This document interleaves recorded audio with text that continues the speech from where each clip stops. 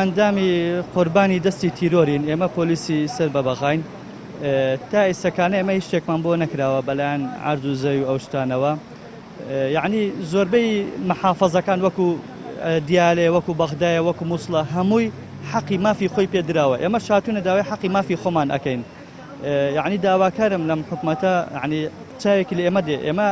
یعنی ئەمە حەقی خێنی خۆمانە یعنی ئێمە خێنمان ڕشاندووە سێ ئەمە قاچم هەردوو قاچم سناعیە من ئێستاکانەوە هاتمە ئەمانە هەمان شەل و شیتین یان لێرانە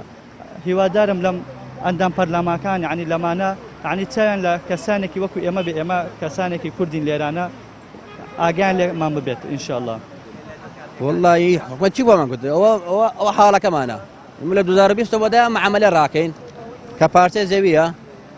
لە 2020ەوە 2021 ئەمە تەوزیع کرا بەس بۆ مۆزەفی مەدەنی سەرچاوم ئەوەش مافی خۆیانە داوامەکەن بەس ئێمەش داوام کردم داوای مافی خۆمەکەم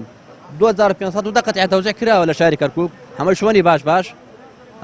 من لە 2023 پۆلیسم حتا 2012 لە 2012 بریندار بووم لە بەردەم زەوارمۆڵ ئەو بوو شەڕەکە بوو حتا بەیانی جەستیلۆر و پێشمەرگە ئاسایش لە زەوارمۆڵیانە من ئەلێ بریندار بووم دوو نەفەر لەگەڵا بوو هەردووکیان شەهید بوون داوای مافی خۆمەکەم یەک پۆلیس لەم شارە نەبێ ئەتوانێت یەک مەسئول بسوورێتەوە یان پۆلیس هاتووە لە شارە نەبێ ئەبێت چی فەوزەیە سەرەتا بەخێر بن سەر چاو خۆتان و کەناڵەکەتان داواکاری ئێمە پارچەیە زەویە بۆ برینداران و شەیدانی شاری کەرکووک و بەنسبەت ئێمەوە هەر یەک لێمە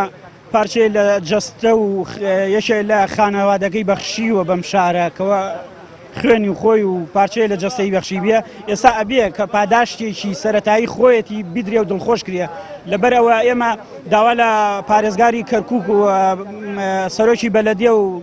محافەزە ئەکەین بێنە سەر خەت و بێنە سەر هێڵ پشتگیریمان کەن و کە شوێنێکمان بۆ دیاریکەن لەبەرەوەی تا ئێستا ئێمە بێبەش کراین لەو بابەتە لەناو مۆزەفی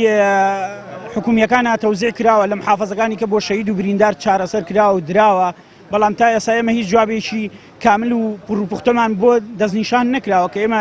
پێوەی پەیوەست بین و پارچە و پاداشی خۆمانی پێوەرگرین.